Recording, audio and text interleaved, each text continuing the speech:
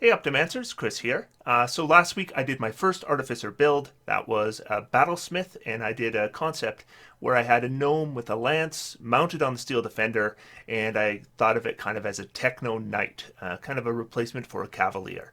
And this week, what I want to do is another Battlesmith build. This was the other concept I talked about last week, which will be a Beastmaster build. So the idea is that instead of using the Beastmaster from the Player's Handbook, which we know has some technical problems, and it's actually pretty hard to make an effective Beastmaster. It's not impossible if you make some careful decisions. It can work out okay. But I do think it's a lot easier and more effective to make it this way with the Artificer instead. And the idea would be that this is kind of a cyborg Beastmaster. So instead of just having a longbow, we would maybe have some technological devices along our arm that would aid our damage. Maybe we would have a scope built into our eye that would aid our accuracy. And that kind of fits with the idea of Artificer infusions. And then this character will be using the Steel Defender to attack. Now, with the Steel Defender, it normally looks like a dog, or at least that's the artwork that's in the source book. But there's no reason our Steel Defender can't look like other things as well. So if you want to make a Beastmaster that has, say, a weasel companion, you could have a robot weasel. If you wanted to have a snake companion, you could have kind of a robot snake. And in this case, what I'm thinking is maybe more of a robot spider. And in terms of the build, that makes no difference at all. They'd all have the exact same abilities. So we're going to call this one Giant Spider, but it really doesn't matter what you wanted it to be. And the nice thing is because with the Beastmaster, you have to use your action to have your companion attack. In this case, we can use our bonus action to have our companion attack, and then we can save our action to do our own attacks with. So we're using our infusions and our magic to kind of fill that cyborg style, but we're also using our animal companion, which is our Steel Defender. So let's start with that build. Let's get started.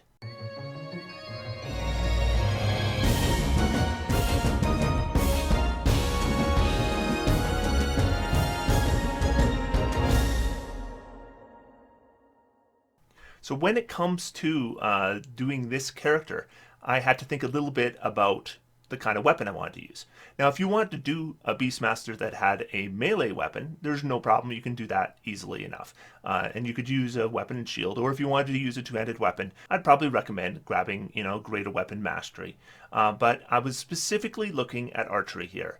And I wanted to take a look at the damage that is done by different kinds of archery. So I did some math on some different kinds of archery, and I've got it laid out here. So the baseline here, this is the damage that I consider to be kind of decent damage for each level. And I took a few snapshots here. Level 4, level 8, level 12, level 17. Now, if you wonder where I got these numbers from, I have a video on calculating average damage. I discuss where I got them from, why I use them, and how they're calculated. Now, what I wanted to think about was, what kind of weapon do I want this Beastmaster to use? I mean, most iconically, a ranger is going to use a longbow. And if I did the longbow, I found that at level 4, we were doing about 12 points of damage compared to a baseline of 8 points of damage. So actually really good, right, from level 4. And then 20 compared to the 18 at level 8, and then 35 compared to 27 at level 12, and then level 17 again. We're still above the baseline. The reason I have those two numbers there, if you remember from last week, we can use animate objects, but animate objects sometimes are going against creatures that are resistant. So the second number is assuming resistance. And even in the case of assuming resistance, the number is higher. And this number is actually higher than that, and I'll discuss that when we get to level 17. And then I thought, what about some other options? Because one thing about crossbows is they're kind of based on the bow, and if we think about it, the main difference between a crossbow and a bow is technology, and that kind of fits with the Artificer. So I actually didn't have any problem at all with an Artificer Ranger using a crossbow. I thought actually it was pretty appropriate. So I thought, what about the hand crossbow? Because the hand crossbow is the one I got told was the most effective for a Battlemaster. So when I did the damage, considering a hand crossbow, and this was on a straight Artificer, I found that at level 4, it actually did a little bit more damage than a longbow. But at level 8, it actually did a little bit less. And then at level 12, it did a little bit more again. But I did notice the numbers were all incredibly similar. And I stopped at that point because I thought, if I'm doing the hand crossbow, we're starting at level 1 with crossbow expert. Then we need sharpshooter. So we're taking 2 feet, so our intelligence is coming on slower. That means our spell DCs are all going to be behind. We're also going to have less spell preparations through these levels, and we're sacrificing that for what is marginal damage at best, and in some cases isn't even a damage boost at all. So I thought a hand crossbow really just doesn't do any more damage than a longbow. The advantage would be, I guess, that you could wear a shield at the same time. But even then, once we got to level 12, I was assuming you weren't using a shield anymore, so you could use enhanced weapon instead of repeating shot, because repeating shot doesn't scale. So these numbers would actually be lower if I was to assume that you kept using repeating shot. But what I was told did the most damage was if you took a fighter dip and did hand crossbow. So I did the math on that. And so with this one, what I found is at level 4, it actually does less damage. And I should mention that we picked level 4, level 8, level 12, level 17. That one level fighter dip, of course, means that all your ability score increases come a level later. So that skews these numbers a bit. I mean, it looks a lot better at level 5 than at level 4. But at level 4, it was actually doing less damage. Then at level 8, it did slightly more damage than a hand crossbow with straight classed, but it's not significantly more. And then at level 12, it was actually doing less again. So I was told this was the build if you wanted to do the maximum amount of damage with the Artificer. My math did not carry that out. In fact, if I look at these numbers versus the longbow, I am not seeing it doing more damage. And that's just a straight classed Artificer. So the cost of taking the fighter dip really just didn't pay off at all. Then I thought, what about a heavy crossbow? And if we do a heavy crossbow, you see, one of the advantages of doing heavy crossbow is we don't have to actually take crossbow expert. Technically, we wouldn't have to take it at all, because if we take repeating shot, we're already getting rid of the loading property of our crossbow. So at level 5, we're still going to get our extra attack. And that's mainly the reason why you would want crossbow expert with a heavy crossbow. So if we just use repeating shot and we take sharpshooter and we don't take crossbow expert, then I found at level 4 we're actually doing about the same damage as a hand crossbow, and a little bit more damage than the longbow. And at level 8, this one did, again, more damage than the longbow or just the straight hand crossbow, just tiny bit less than the fighter dip hand crossbow. And then at level 12, I found that this one was doing damage, again, pretty close to in line with the other builds.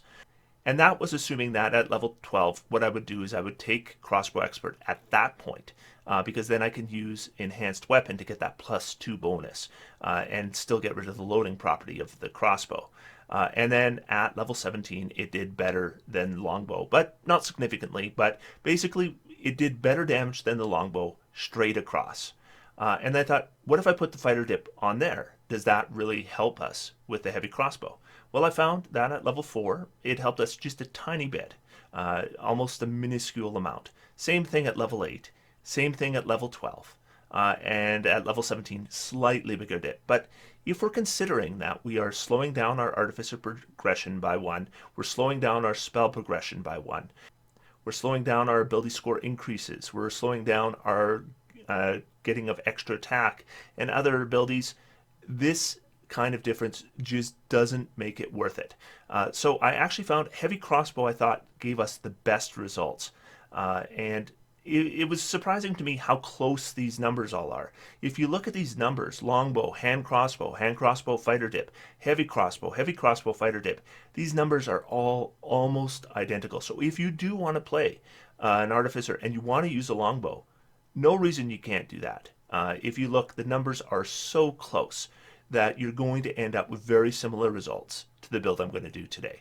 But the build I'm going to do today is with the heavy crossbow. I think that's kind of cool, using this giant mechanical crossbow instead of a bow that a regular ranger would use. So on D&D Beyond, we're going to leave the Eberron content clicked on so that we can access the Artificer. Now, when it comes to race, I had a couple options here. I mean, iconically, for a ranger, we'd be probably talking about wood elves or humans. One thing I definitely thought about was going with the Warforged, since we are using Eberron. Now, if you're playing anywhere but Eberron, then the Warforged probably is not going to be available to you, even though the Artificer might be. And the other thing I found is that when I looked at builds that I could find online, Warforged seemed to be used a lot, and I kind of don't want to do the same thing as everybody else. So I actually decided not to go with Warforged, though I do think they work reasonably well. +2 Constitution is good, +1 to any other ability score. We can put it in Intelligence. Then we get an additional +1 to our armor class, which is always nice. So this is still a good choice. But I do think actually mechanically our best choice is Variant Human. Because with the Variant Human, we get that feat at level 1, and that is a big bonus to us because now we can get our intelligence up to 20 as fast as possible. Now I'm thinking that we are going to be trying to fit the theme of a ranger. We're also going to be trying to fit the role of a ranger within the party. So what we would expect a ranger, if it was effective, to be able to do is be able to do decent damage, which we already know we'll be able to do. We would expect them to have some spellcasting. Now, the Artificer spellcasting progression is actually very similar to the Ranger spellcasting progression, and I would say actually their spell list is probably a little bit better than the Ranger spell list, even though I don't mind the Ranger spell list. And the one area we don't really match up on are skills. So we have to make some careful choices here so that we can fulfill the role of the Ranger in terms of skill use. Now, when it comes to language, if I'm thinking Ranger, probably I'm thinking the first one that comes to mind, for me anyway, is Sylvan, because that's used by various fey creatures, and even animals sometimes understand Sylvan, depending on your campaign. Ability score increases, obviously the very first one we're going to do is we're going to increase our intelligence. And then the second ability score can be either Constitution or Dexterity, and it's not really going to make a difference which one you do. I'll do Dexterity right now. So what we want to do is if we're going to fulfill the skill requirements that we would expect from a ranger, we would expect to have certain skills. We would expect to have perception, we'd expect to have survival, we'd expect to have stealth, we might have something like nature. And nature is the only one that is a class skill for the artificer. So we have to pick carefully. So what I'm going to do here is I'm going to start with perception. And that'll be the first of those skills that we now have. And then the feat is an easy pick. That will be sharpshooter. So then with our class, we pick artificer. And what we're going to do is with our proficiencies, first of all, the tool, I thought it would be kind of interesting to do cartographer supplies. Again, with the ranger theme, we're often talking about navigation. So cartographer's tools kind of made sense for me. Then we're going to choose 2 artificer skills. The first one I'm going to pick is nature. I think it kind of fits with ranger. And the second one I'm going to pick is arcana. Now, you can pick whatever you like, but I do like the idea that this character is at least proficient in magic and understands magic reasonably well. So then we're going to go into our abilities, and with our abilities, I'm going to choose a point buy.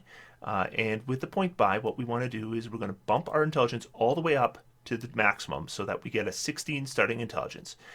Then we'll make a constitution of 14 and a dexterity of 13, and that'll give us a 14 dexterity and constitution.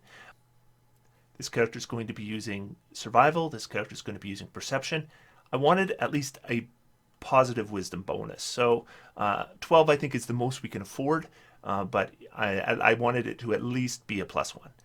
And then strength, we'll go ahead and make that a 10. You could make that charisma if you wanted to, and it wouldn't make a lot of difference. Now with our background, what we're going to basically do here is we're going to do custom background. And the player's handbook discusses that you can do this, that you can trade out skills and tools and language proficiencies of existing backgrounds to make them fit your background. So what our background would be is probably some kind of rangery style background. I'm not going to worry about a name for it right now, but I've pretty much described the theme. But what we'll do is we'll take 2 skills, 1 tool, 1 language. And the background feature we're going to pick is from the Outlander. And the background characteristics from the Outlander as well. And what that's going to do is that is going to give us the ability to take the skills we need while still getting the Wanderer background feature from Outlander, which is, I think, essential to a character who wants to fill the ranger role but isn't a ranger. Because you get excellent memory for maps and geography. Of course, we can create maps, and you can always recall the general layout of terrain, settlements, and other features around you. In addition, you can find food and fresh water for yourself and up to 5 other people per day, provided that the land offers berries, small game, water, and so forth. I mean, it's perfect if you want to play a non-ranger that has kind of a ranger theme to it. And then for a second language, I figured that Elvish is probably a good choice. So you can speak to wood elves and that kind of thing. Tool proficiencies. One thing that rangers don't get that I've always figured they should get is the herbalism kit. So in this case, we can take the herbalism kit for this character. And now we can choose our 2 skill proficiencies, and those will be survival and stealth. So now our character has survival, they have stealth, they have perception, and they have nature. They can speak Sylvan, they can speak Elvish, they have the herbalism kit, they have cartographer's tools, and they have the wanderer background. So in terms of skills, we're really fulfilling what we would expect a ranger to be able to do. Now for starting equipment, again with the Artificer, remember that until we get to level 3, we can't use martial weapons. So we're going to have a light crossbow and 20 bolts, and that's essentially going to be our weapon until we get to 3rd level. And then if we get stuck in melee, again, there's not a lot of good finesse weapons that are simple weapons for melee, so you're basically stuck with a dagger. And then we get one other option, and I would probably just poll your other party members, see what somebody could use, and then pick that. Now, with studded leather armor versus scale mail armor, this is a reasonable choice to make. Because studded leather armor, we're going to start with a 14 armor class. It's not great, but we wouldn't have disadvantage on stealth checks. If we take scale mail armor, that gets our armor class up to 16, which is significantly better, but we would have disadvantage on stealth checks. So you have to make a choice there. Eventually what we want to do is we want to get the breastplate. Once we have the breastplate, we're going to get the advantages of both the studded leather armor and the scale mail armor. For now, I'm going to go ahead and take studded leather armor, but with the idea that I would want to update to a breastplate as soon as it's possible. And then going back to spells, so let's pick our known spells. Somebody mentioned to me after my last video that artificers can change the cantrips when they go up in level, and this is something I had missed originally. Normally, you cannot change your cantrips. Whatever you pick for a cantrip, you're stuck with it forever. So an Artificer being able to change their cantrips is unique to the Artificer. And what it does mean is we don't necessarily have to take Mending at level 1. What we could do is we could switch another cantrip to Mending at level 3 when we're really going to need it. And that's when we can use it to heal our Steel Defender. Again, I probably want to take Guidance as my first cantrip. But maybe instead of Mending, maybe we'll go ahead and take Light for the first couple levels.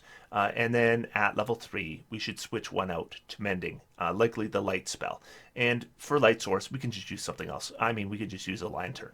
And then we're going to pick 3 prepared spells. Now we have 2 castings. That means if we take 3 spells that all require spell slots, we won't be able to cast them all anyway. But I talked about Fairy Fire last week. I think it's really good for an archery character as well. From range, we can select a number of creatures. They're going to have to make saving throws. Any that fail, it creates advantage to attack them, as well as our party members gaining advantage from that as well.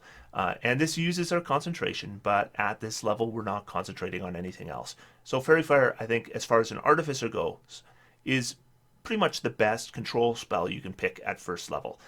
The other one I'm going to take, I think, with a Ranger, we're often talking about curing wounds as well. We don't have Good Berry, but we do have Cure Wounds, so that would fulfill a similar kind of niche to, say, a Good Berry spell. And then we're going to get one more selection between Cure Wounds and Fairy Fire. That's going to be both our spell slots for sure. So I figure Alarm actually works well here, because a Ranger might be the one to set up things that protect the campsite, and Alarm is a way to do that. And if you can't think of a good technological way that Alarm works, you're not thinking very hard. So at first level, again, like with the Artificer last week, we should recognize that this isn't really a martial character yet. We will be using our crossbow in combat, +4 to hit, d8 +2 damage. It's not terrible, but it's certainly not overly strong for this level. But what we do have here is our spells. And remember, at level 1, an Artificer actually casts spells just as well as a full spellcaster. So Fairy Fire will have a significant impact on combat. So this is, again, going to feel a lot more like a full caster than a martial character until we get to level 3. And so what I'm going to be doing here is I'm going to be jumping ahead a couple levels at a time, because we did go through this level by level last week, and a lot of the decisions actually end up being similar. And I want to get us right to the point where we are a martial character and we're really going to feel like a Beastmaster Ranger. Of course, Beastmaster Ranger becomes a Beastmaster at level 3 as well. The first thing that will happen is our Artificer Infusions. This is at second level. We're going to choose 4 options, but we can only do 2 of them at a time. And the very first one we're going to want is Repeating Shot. This is what we're going to be using on our crossbow. It's going to give us +1 bonus to attack and damage rolls, and we can ignore the loading property. And if we load no ammunition in the weapon, it appears magically. So we don't have to track ammo. We get a magic weapon. And at level 2, this will help our light crossbow a little bit. But the main thing is at level 3, this is going to give us a big boost. Now, for the other 3 options, there's a good chance that that infusion won't be for us. It'll be for another party member. And depending on the party you've got, you might want to pick some different things. If you have a warlock in the party, an enhanced arcane focus might make a lot of sense. If you have somebody who is a strong tank and they want that additional +1 armor class, enhanced defense is a good choice. If you have a striker in the party, an enhanced weapon might be a good choice. If you have somebody who does want to use thrown weapons, you can be the one that allows them to do that in an effective way with returning weapon, because there's really not a lot of ways to make a good thrown weapon character in D&D, but returning weapon does bridge that gap to some degree. And finally, we can do Replicate Magic Item. And I kind of like picking this one here because there are some circumstantial things we can pick, and you don't know what you're going to need on certain days. And Replicate Magic Item can give you some things that are just, they're kind of in your back pocket if you ever need them. So let's go ahead and pick Enhanced Weapon. There's probably going to be somebody in the party who could make use of that. And then let's go ahead and pick 2 Replicated Magic Items that might come up once in a while. The first one I thought that might come up once in a while, even for our character, is Goggles of Night. So you can take Goggles of Night at second level, and that would give you dark vision if you wear them. You can pass them around the party. They don't require attunement. And if we're using our character as a scout, and it happens to be nighttime, or it happens to be maybe underground, we might want Goggles of Night so that we can use our stealth and we don't have to have a light source that might give us away. And then the other one we're going to take is a Rope of Climbing. If we're doing exploration, this is something that might come up. Again, it's circumstantial, and that's fine. For the replicated magic item, circumstantial is probably what we're looking for anyways. That once in a while, that thing we might need, we have it available to us after we complete a long rest. Then we're going to pick our Artificer Specialist and pick our Battlesmith, and that gives us a few things. First, of course, it gives us proficiency in Smith's tools. It gives us our spells, and I went over the spells last week, but I'll just quickly go over again. Some standouts here. The shield spell is really going to improve our defense. Warding Bond can be used to defend somebody else. Aura Vitality is a good spell. Fire Shield is a good spell. Banishing Smite is a good spell. So there are some good spells on here. Battle Ready is really important to this character. Proficiency with martial weapons, so that's going to give us our proficiency in our heavy crossbow. And when we attack with magic weapon, we can use our intelligence modifier instead of strength or dexterity for attack and damage rolls. And because we're going to be using an infusion on our heavy crossbow, that means we can use our intelligence for that. And then we're going to get our steel defender. And this concept is really going to use our steel defender. The idea will be we'll be moving our steel defender into melee. And then we're going to hang back and fire shots. That means the steel defender isn't going to be using its reaction defense to help us. It'll be to help another party member. So it's basically like a buff to another party member. They get attacked by an enemy, Steel Defender can give them disadvantage. And then hopefully the Steel Defender takes some attacks too. We can heal them basically for free with Mending, and even if they go down at the cost of a single spell slot, we can bring them up to full. So Steel Defender, we want enemies to attack it if possible. And then finally, we can use our bonus action to use the Steel Defender to attack every round.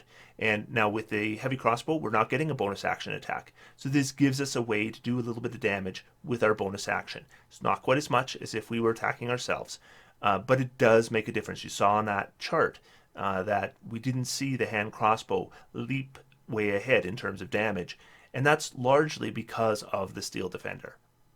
And finally, we get right tool for the job. So that can basically create the tools that we need. So we can go ahead and make ourselves our cartographer's tools, for example, if we needed them. Now, third level is where we are going to see other spellcasters start to pull ahead of the Artificer in terms of spellcasting, because now they can cast second level spells. We're still casting first level spells, but we do have one more casting per day, and I like getting absorb elements on there. Probably not something we're going to need to cast a lot, so we just have it in case we need it. So in terms of equipment, what we want to be getting at this point is the heavy crossbow. And we may be able to make it ourselves with our smith's tools if we're far away from civilization or something. But it's not that expensive for a level 3 character to pick up a heavy crossbow. And then hopefully we've got a breastplate by this point. If not, our armor class would actually be too lower until we get that breastplate. But assuming we have a breastplate at this point, we'd have an armor class of 16. So that's not a bad armor class now. And with our crossbow, we'd be looking at +6 to hit, 1d10 plus 4 damage. And that's because, number one, the repeating shot is going to give us that +1 bonus. And number two, because when we use a magical weapon, we are using our intelligence modifier. Now remember, we have sharpshooter, so we can change that to +1 to hit for 1d10 plus 14 damage. And the idea is you would want to do that on creatures that have lower armor class. Also, remember, with sharpshooter, we're ignoring range penalties. So with a heavy crossbow, we actually have a total range of 400. And any target within 400, we would have no disadvantage to attack. And we can ignore half cover, we can ignore 3/4 cover. So in terms of damage, this character has really boosted up. And remember, the Steel Defender is on top of that. So we're just going to jump one level here to level 4, just because I want to quickly mention the ability score improvement. Because we are not worrying about crossbow expert, because we can use repeating shot to avoid the loading property, that means we can increase our intelligence. That's improving our spell DCs, it's giving additional spell preparation, and it is also adding to our attack and damage rolls. So that's a nice boost for not having to go with the crossbow expert feat. And based on that, we're going to be expecting our level 4 cybernetic beastmaster to be able to do a little over 12 points of damage a round on average. And that's significantly above the baseline, about 50% above the baseline. And more than we would have done with a longbow, more than we would have done with a hand crossbow with a fighter dip. So we're doing quite well for damage. And remember that with Fairy Fire, we can also do a little bit of control. With Cure Wounds, we can do a little bit of healing. And we have a good skill set. So we're actually covering a fair number of different roles here. So let's jump this character to level 6. What I want to do is start going 2 levels at a time because, again, we'll just kind of go through quickly some of the stuff that we went over last week. So at level 6, we're going to get additional infusions. We get 2 additional infusions known, and we can have 1 additional infusion going at any one time. So we can do 3 infusions at once. Again, repeating shot is a must, and we're going to automatically be using this on ourselves. But the other infusions we have, we might use on somebody else. I really like Radiant Weapon as a choice here. If we're giving out a magical weapon to another character, Radiant Weapon becomes better than Enhanced Weapon at level 6. So in addition to the +1 bonus to attack and damage rolls, we can shed bright light with it, and we can also potentially blind the opponent we hit with it. And for our other option, we're going to replicate a magic item. With level 6, we have new choices. I like Boots of Elvenkind. What they're going to do is they give you advantage on stealth rolls that rely on sound. So you're moving silently rolls. And they do not require attunement. So they're not going to fill an attunement slot. So again, if you're going to be the stealthy scouting kind of character, getting advantage on those stealth checks is pretty nice. One of the biggest things is at level 5 we get extra attack. That means an additional attack with our heavy crossbow, and it does increase our damage significantly. And then we have expertise in tools.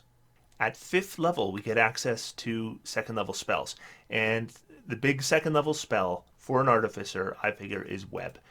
If you want to play an artificer, I do think web is by far your best selection when you get to level 5, because it is one of the best control spells for its level in the game. And if you are playing an archery character and you throw a bunch of creatures in a web, they're restrained. That means you would have advantage to attacking all of them. When you have sharpshooter and you have a high base damage and you have advantage on attack rolls, that's a big deal. It would really increase our damage on anything that gets restrained. The other one I would consider taking, there's a lot of decent spells under second level, but just to do something different from last week, let's take Pyrotechnics. Because Pyrotechnics, what we could do is, remember, we're sending our Steel Defender ahead into melee while we're hanging back. Now, if there's no other party members around, maybe we would have, a torch or a lantern or something attached to one of the legs of our Steel Defender. If we did that, we could do Pyrotechnics. It does not use our concentration, so we could even do it at the same time as a web.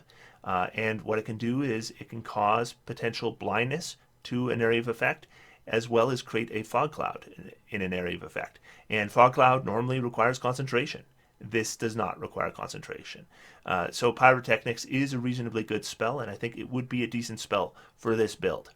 And we're going to get one more preparation at this level. I do like aid here because we are sending our Steel Defender ahead. I don't mind at all the idea of giving our Steel Defender another 5 hit points, as well as other PCs that are going into melee or maybe are low on hit points. To give them an additional 5 hit points is a nice thing. So the big differences here, our damage actually goes up quite a bit when we can attack twice a round. And then web is a huge boost to our ability to control the battlefield. And if you're like me, you got to be thinking the web spell along with a mechanical spider Steel Defender, we're definitely getting an arachnid feel to this character. I'd probably have it so that we cast web and it looks like the Steel Defender is spinning a web. I think that would be the cool way to do that. So we're going to jump to level 8.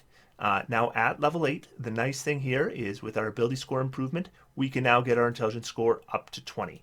And that's as early as any artificer is going to be able to do that. To be able to do that with a martial artificer and still get the advantage of sharpshooter and still be able to use a crossbow and attack more than once a round is very nice. But let's not ignore we also get Flash of Genius here, which is a really nice ability. And Flash of Genius, we're going to get it actually a level earlier, level 7. But whenever one of our allies makes an ability check or saving throw, we can use our reaction to add our intelligence modifier to the roll, and we can do it a number of times equal to our intelligence modifier. So by having a maximum intelligence score, we're getting the maximum bonus to Flash of Genius, not only in terms of the bonus it provides, but how often we can use it as well. Note that at level 8, we're expecting to be doing a little over 21 points of damage a round compared to a baseline of about 17.7. So the gap between us and the baseline isn't quite as big, but we're still comfortably above it. So we're going to jump now to level 10. And at level 10, again, we're going to get 2 additional infusions known, and we can create 1 more infusion. So when it comes to our level 10 options, the first thing I should mention is that our enhanced weapon and enhanced armor, if you have it, they scale at level 10. So enhanced weapon is now adding +2 instead of +1. If we look at repeating shot, it's only giving us +1 to our crossbow. But we can't switch our crossbow to enhanced weapon at this point because we don't have the crossbow expert feat. That's something we're going to take care of very soon. But radiant weapon, this is a great point for us to switch this out because it also doesn't scale. So this is where I'd probably switch it out to enhanced defense, which would give a +2 bonus to armor class when we use it on armor. And then we're going to get 2 additional options. And let's take a look at our replicate magic item options for level 10. So there are a lot of choices here.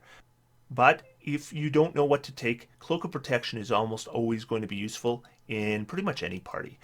The other one I want to do is, again, if we're thinking about ourselves and our scouting ability, then I think an item that we might want to consider is Eyes of the Eagle, because Eyes of the Eagle would give us advantage on our perception rolls that rely on sight. So if we are making our perception rolls with advantage and we're making our stealth rolls with advantage, then we're going to be an incredibly effective scout, probably better than your average ranger is going to be.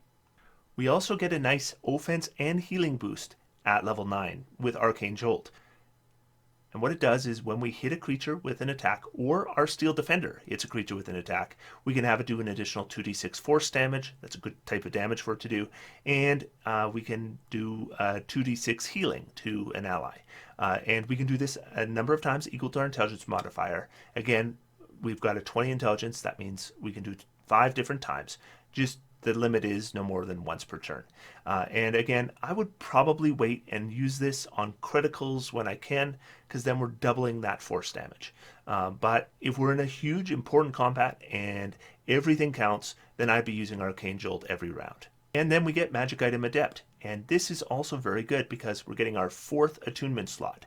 And most creatures in the game, in fact, pretty much everything except an Artificer, is limited to 3 attunement slots. So being able to attune 4 items is a big deal. And then we can also craft magic items. So if we don't have enough magic items to fill those attunement slots, we are going to be better at crafting magic items in our off time. It takes us a quarter of the time for common or uncommon items. And there's some great uncommon items in the game.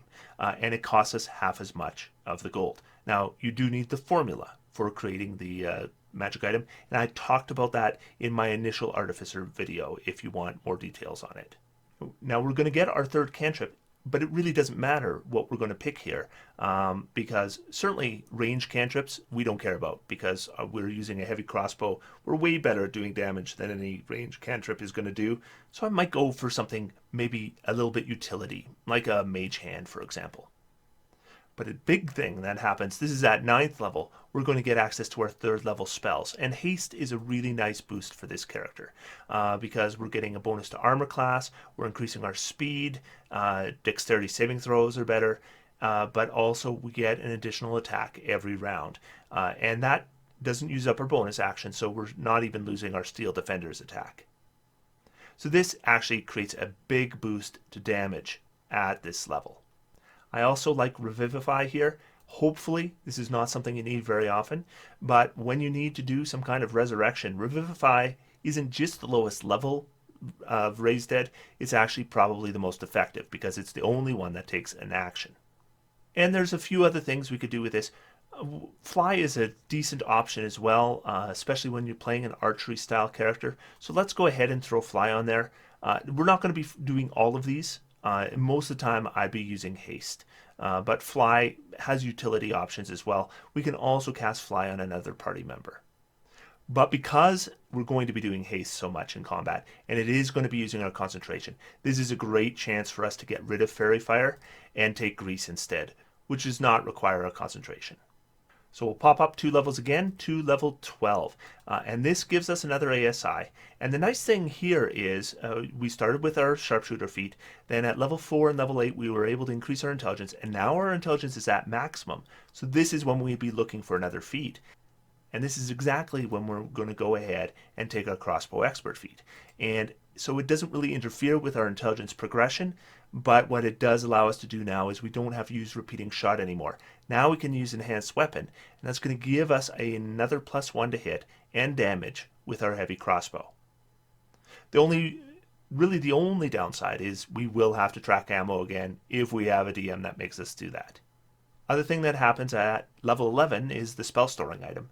And the spell storing item, we can select any 1st level or 2nd level Artificer spell, and then we can put it in the spell storing item. Then we can give it to somebody else, and when they cast it, if it has concentration, then they're the one concentrating on it. So it is a useful way, again, to boost other party members. And it doesn't matter what spells we've selected with this character, because with an Artificer, we can change out our spells with every long rest. So we can simply choose the spell we want to put in the spell storing item, and then in the next long rest, go back to our regular spell selections. If you don't know what to put in your spell storing item, might I suggest Web. Web is going to be a great control spell. Even at higher levels, it does very well. So you can give it to anybody. And when they just don't have anything effective to do, doing a web is going to be effective in any case where you're fighting multiple creatures that you can hit in a single web. But again, something like a fighter or a barbarian might really enjoy having something like a blur spell too. So that is also an option. Just note, at level 12, we're now looking at almost 37 points of damage per round with this character. So again, well above the baseline. So our damage is really pushing up here. This does assume that we are using a haste spell. If we're not using a haste spell, this is significantly lower. It actually ends up being pretty close to the baseline. So we're going to jump to level 14. At level 14, we're going to get access to our 4th level spells. And our concentration is going to be used in combat pretty regularly. So I kind of like the idea of choosing something here that isn't going to use concentration, and freedom of movement is one of those options. It prevents a creature from having its speed reduced or being paralyzed or restrained. Lots of things restrain you in the game. So it's just a buff. It's a 1 hour buff. It lasts a reasonable amount of time and not going to use our concentration. Speaking of not using our concentration, should mention Fire Shield doesn't use our concentration either. Another one that doesn't use a concentration is Stone Shape, and this can be quite useful. You can do things like dig through walls using Stone Shape. So it is more of a utility thing. Wouldn't use it as much in combat. There are some combat uses you can do, especially if you're doing things like creating cover for yourself, which is something you often do when you're playing an archery character. But most of the time, Stone Shape is a utility option for us. And we're going to get yet another cantrip. And again, there's no reason not to take something that is probably going to be utility based, because attack cantrips aren't doing much for us here. So message is a good one to do. If we're doing stealth, then you can do your message spell and you can get those messages to other party members without making a bunch of noise. Another thing that happens at 14th level, we're going to get additional infusions. 2 more infusions known, 1 more we can create at any one time, and we're going to get some new replicate magic item options, and these ones are the best ones. So I would probably take 2 replicate magic items again here. So Amulet of Health gives you a Constitution score of 19, Belt of Hill Giant Strength gives you a Strength score of 21, Bracers of Defense, the Party Mage will love you, Party Monk will love you. All these ones are pretty good. I do think that somebody in the party is probably going to get a lot of use out of Bracers of Defense. So let's grab that for one of them. And for the other one, once in a while you need True Seeing, so let's go ahead and pick Gem of Seeing. Finally, at level 14, we're going to get our Magic Item Savant. We can now attune up to 5 magic items, and we get that ability to ignore all class, race, level requirements for any magic item. So, we find a Staff of the Magi, we can attune to it. And now let's go ahead and just bring this character right to level 17. So this is kind of the apex for the character. So at level 15, we're going to get Improved Defender. This helps our Steel Defender and our Arcane Jolt. So our Arcane Jolt becomes 46. Remember, if we apply that to a critical, that would then become 8d6. Our Steel Defender gets a +2 bonus to armor class, and whenever it uses Deflect Attack, the attacker takes force damage equal to 1d4 plus your intelligence modifier. And I probably didn't give this enough credit last time we talked, because if you think about it, this doesn't require to hit roll. All that it requires is it gets set up. How often is your Steel Defender going to be using Deflect Attack? I would think more often than not. I'd say probably most rounds it's going to get to use Deflect Attack. There will probably be occasional rounds where nothing qualifies. But most of the time I think it'll be able to use Deflect Attack. And we're talking about 7.5 points of additional force damage that we're doing on most rounds. And I should mention that these numbers don't include that damage, because I figured it is circumstantial, so I didn't want to add it all the time.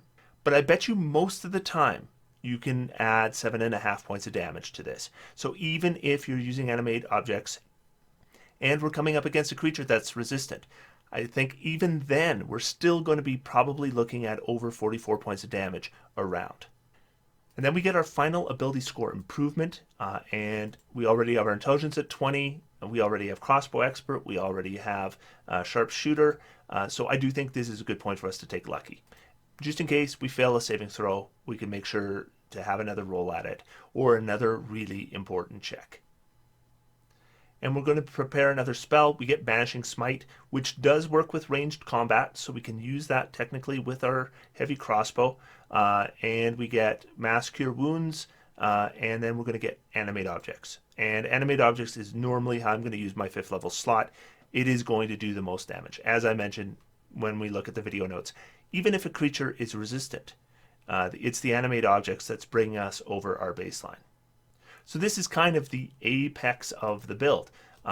Now, if we are going to talk about 20th level, what would happen at 20th level? Well, at 20th level, just to mention it, we're going to get yet more infusions, and these come in effect at level 18. Now, I should mention that when we choose a replicate magic item, there's nothing new here. We don't get anything above level 14. So these infusions, the main thing we're getting here is one additional infusion we can have going at the same time. But let's take wing boots and, I don't know, homunculus. But again, we have so many options here, and we can only have so many infusions going at the same time. The other things that happen, we're going to get a final ability score improvement at level 19. And maybe I would take the alert feat here. Help our perception even further, as well as help our initiative. And then we get Soul of Artifice. This is actually one of the best capstones in the game. We get a +1 bonus to all saving throws per magic item we are currently attuned to. And remember, because of being an artificer, right now we can attune to up to 6 magic items, so that's going to be a +6 to every saving throw. And then if we're reduced to 0 hit points, we're not killed outright, but we can use a reaction to end one of our artificer infusions, causing us to drop to 1 hit point instead of 0. And we can prepare a couple more spells. Big B's Hand can come in handy. Greater Restoration can come in handy.